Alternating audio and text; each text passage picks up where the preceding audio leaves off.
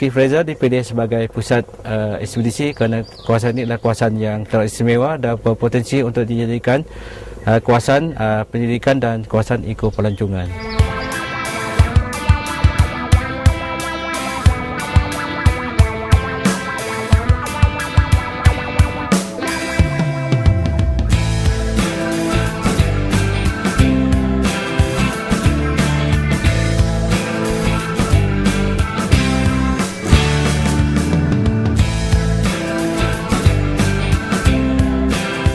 Stesen ini telah dibuka pada tahun 1986 di bawah Fakulti Sains dan Teknologi.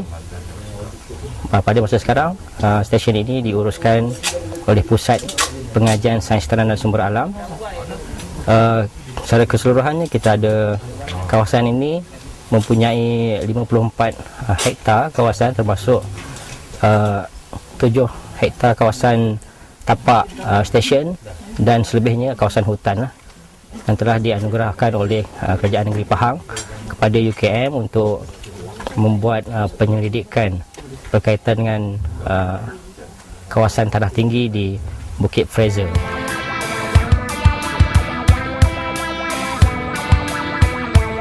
Antara kajian yang dilakukan oleh pelajar di Pusat Penyelidikan Bukit Fraser ialah yang berkaitan dengan alam sekitar, yang berkaitan dengan flora dan fauna, dan yang banyak sekarang ini kita lakukan adalah penyelidikan berkaitan dengan hakisan. Sebab kita tahu di kawasan Bukit Fraser ini adalah kawasan tanah tinggi.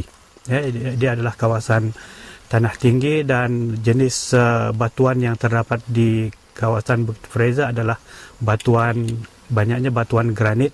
Dan dari segi komposisi batuan granit, apabila dia terluluh hawa menjadi tanah, dia akan mengandungi banyak komponen pasir. Kandungan pasirnya adalah tinggi, kandungannya melebihi 50%. Selain daripada pandan dan satu pandan wangi, kita juga menggunakan sejenis tumbuhan lain, iaitu serai wangi dengan nama saintifik adalah Casophogon. Serai wangi ini juga dipilih sebagai tumbuhan tutup bumi kerana dia mempunyai sifat yang tidak mempunyai saiz yang besar dan dia sangat sesuai untuk ditanam di lereng bukit seperti ini. Ini pokok Ficus ditoideae ataupun nama Melayu dia pokok masyote, yang di mana mudah terdapat di kawasan-kawasan paya ataupun kawasan yang berlembap berair. Jadi pokok ini kita cuba tanam di permukaan lereng yang terdedah ni supaya dia dapat memberi bantuan untuk tumbuhan-tumbuhan lain untuk sama-sama hidup. Jadi pokok Ficus ni yang sebagaimana kita tahu sedang diusahakan oleh pihak kerajaan, Jabatan Pertanian sebagai pokok ubatan.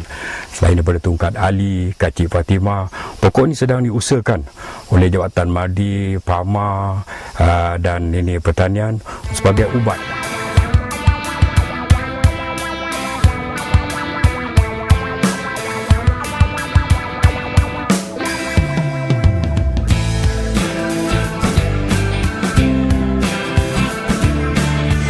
Kami akan melakukan kajian kualiti air dengan melihat kepada beberapa parameter, iaitu BOD, COD, DO,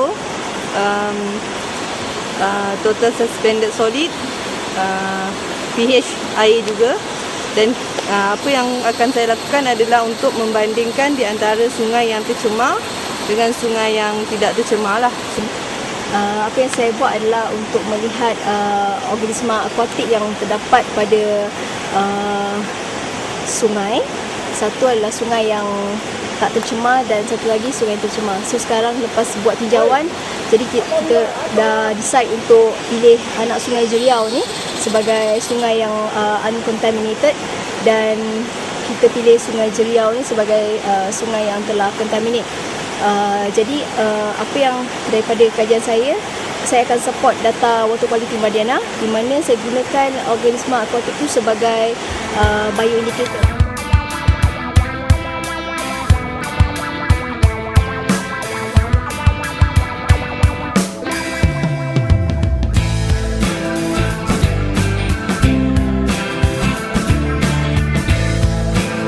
Saya akan tunjukkan cara kita menggunakan perangkap cahaya untuk memerangkap serangga yang aktif pada waktu malam. Antaranya kita adalah rama-rama dan juga beberapa spesies serangga lain lah. So antara bahan kimia yang kita gunakan ialah alkohol dan juga etil asetate. Untuk alkohol biasanya kita akan gunakan untuk memerangkap serangga yang tidak berterbangan lah. Antaranya ialah seperti kumbang dan juga spesies-spesies lain lah seperti mentadak. So serangga yang tidak terbang ini kita akan tangkap dan terus masukkan dalam botol yang diisikan dengan alkohol 70%. Untuk serangga lain seperti rama-rama biasanya kita akan gunakan etil asetate ataupun kloroform. Bagi rama-rama yang bersaiz kecil biasanya kita letakkan tisu yang dilembapkan dengan etil asetate di dalam satu bekas dan kita akan tangkap terus masukkan dalam bekas yang diisikan dengan bahan kimia tadi. Tapi untuk rama-rama yang bersaiz besar kita akan suntik ke dalam toraksnya untuk mematikan dia sebab kerana rama-rama yang bersaiz besar ini sukar untuk dimatikan dengan memasukkan ke dalam bekas yang diisikan dengan bahan kimia tadi. Ini disebabkan dia mudah untuk mengelepaskan sayapnya dan merosakkan warna yang ada pada sayapnya. Dan ini akan menyebabkan susah untuk dibuat pengecaman kemudian.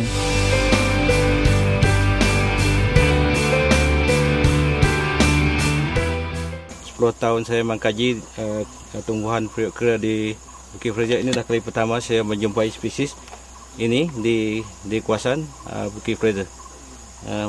Ini bermaksud bahawa ini adalah kemungkinan satu rekod baru lah untuk Bukit Fraser. Nepenthes ini dikenali sebagai Nepenthes gracilis. Spesies banyak ditemui di tanah rendah, tapi agak jarang kita temui di tanah tinggi. Dan seperti yang saya kata tadi, Nepenthes ini kali pertama saya jumpa di kawasan Bukit Fraser.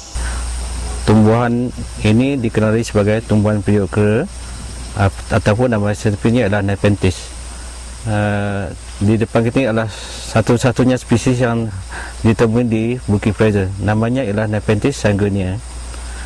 Tumbuhan ini adalah sejenis tumbuhan karnivor kerana dia mempunyai perangkap yang dipanggil sebagai periuk, di mana digunakan periuk untuk memerangkap serangga untuk tujuan pemakanannya. Okey, ini adalah Arundina graminifolia. Taburannya banyak terdapat di semenanjung Malaysia dan nama tempatannya adalah orkid buluh.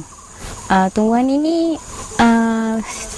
hidup pada keadaan yang ekstrim, di mana banyak terdapat di cerun-cerun, dan kumpulan penyelidikan kesihatan sekitaran dalam kajian terbaru adalah untuk mengenal pasti potensi Arundina graminifolia sebagai pengawal hakisan. Okey, aktiviti sosioekonomi seterusnya adalah berkaitan dengan ekopelancongan, di mana kita ada beberapa orang pembantu penyelidik yang terlibat untuk melihat bagaimana penglibatan pengusaha-pengusaha hotel ataupun cottage dalam urusan yang berkaitan dengan pengurusan persekitaran, melihat penglibatan dia orang in term of kebersihan dan sebagainya lah. So ini sebahagian daripada aktiviti yang berkaitan dengan ekopelancongan.